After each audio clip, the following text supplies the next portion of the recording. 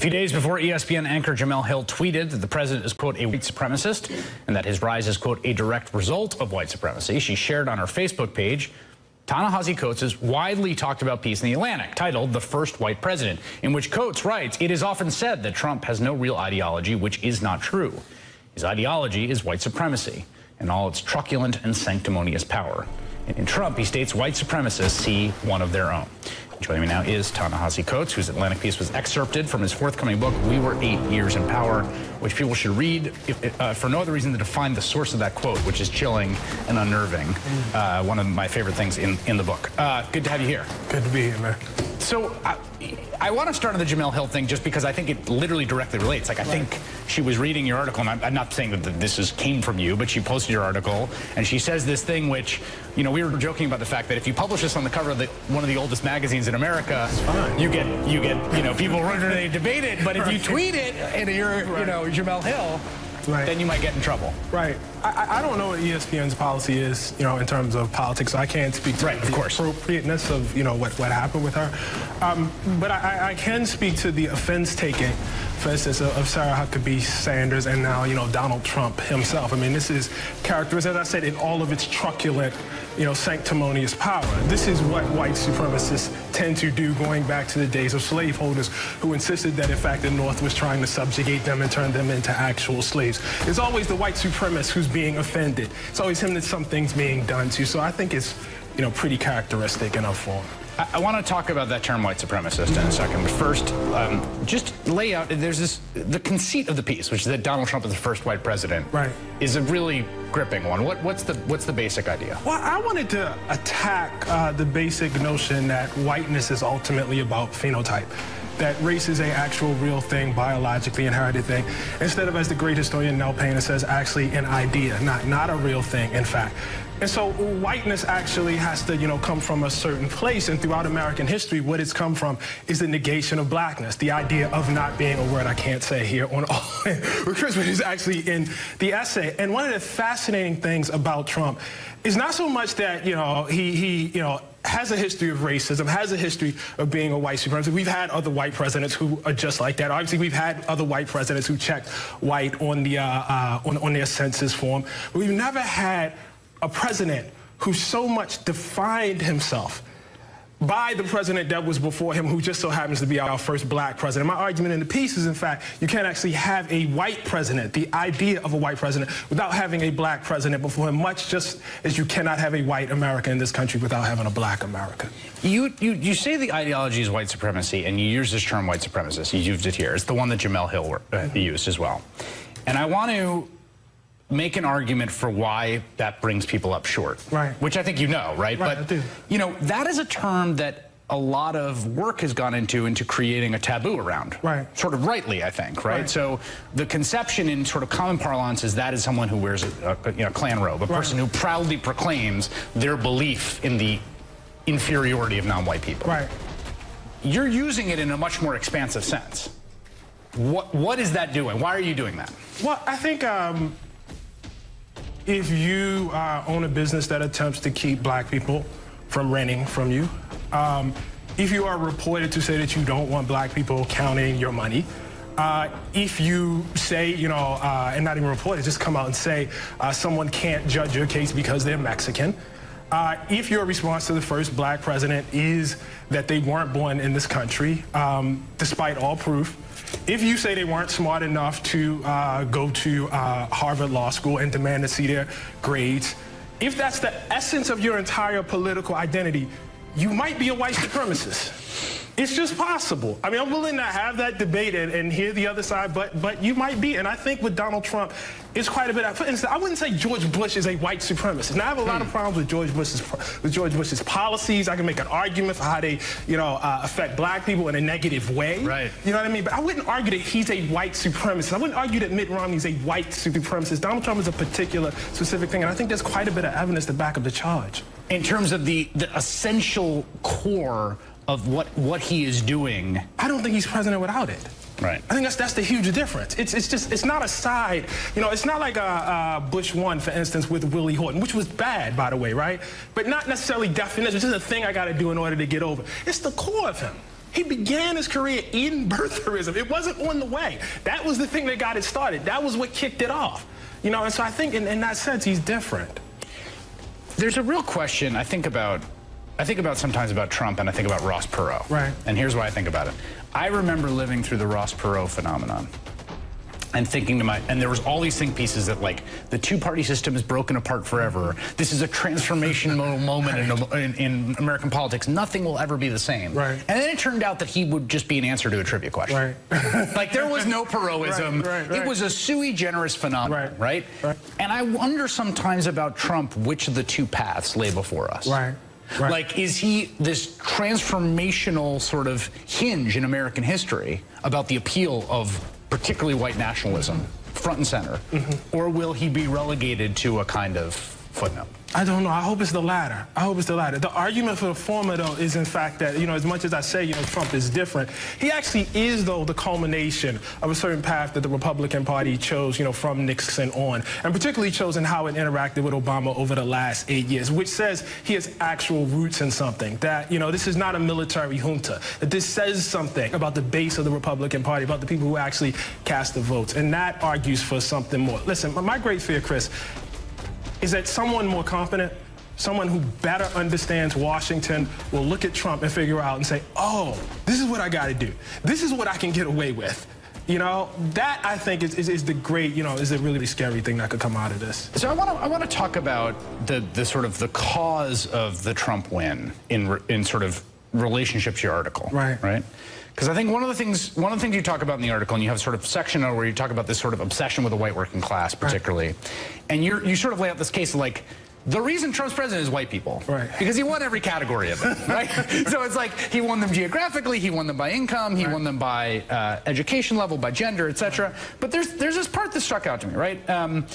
You say Trump won white women +9 and white men +31, and then you say he won white people with college degrees +3 and white people without them 37.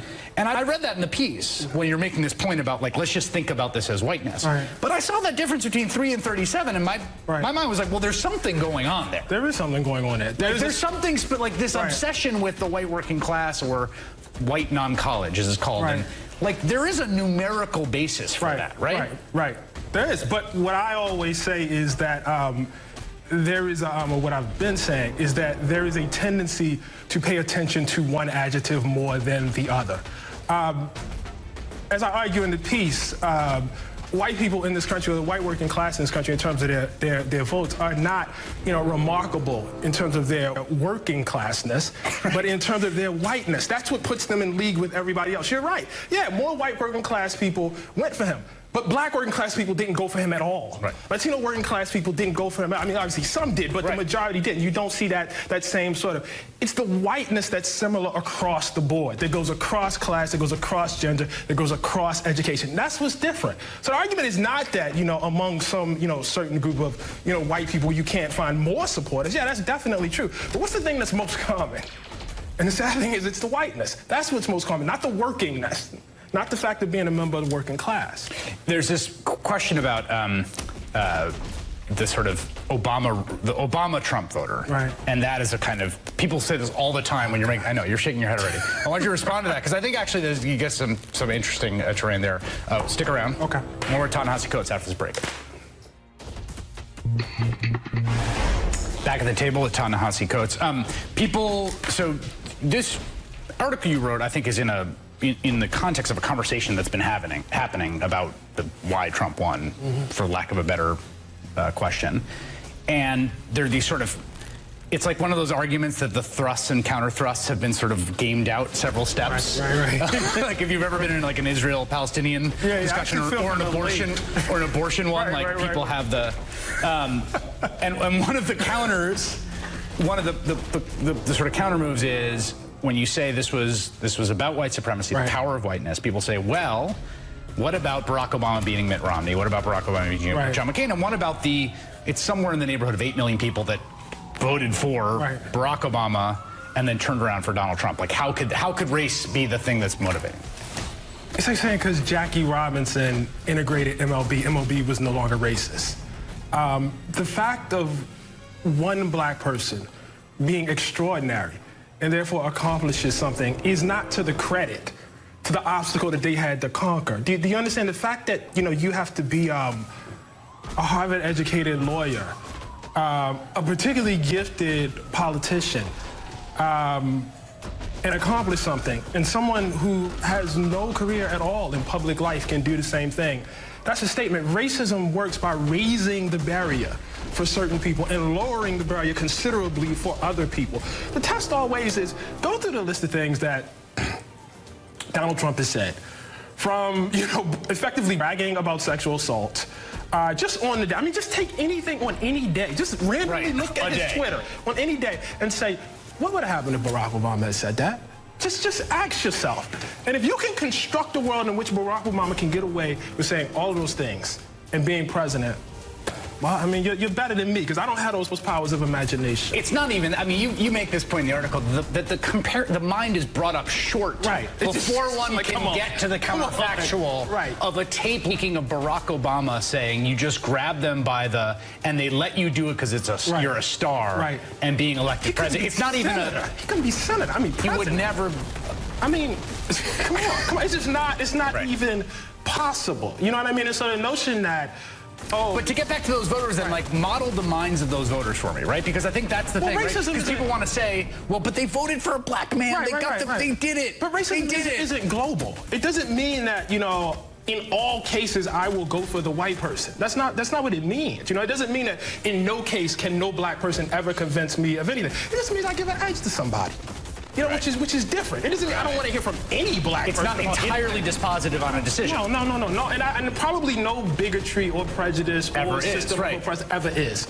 I mean, I always talk about, France, before the Nazis come and before they ship off X number of Jews, God knows how many, they had Leon Blum as prime minister. I mean, does that mean there was no anti-Semitism, in France? No one would ever make that case, So then the next question. And had Hillary won, I would not then make the case that sexism was somehow banished from the United States. I mean, you just wouldn't do that. That wouldn't be how that argument would work.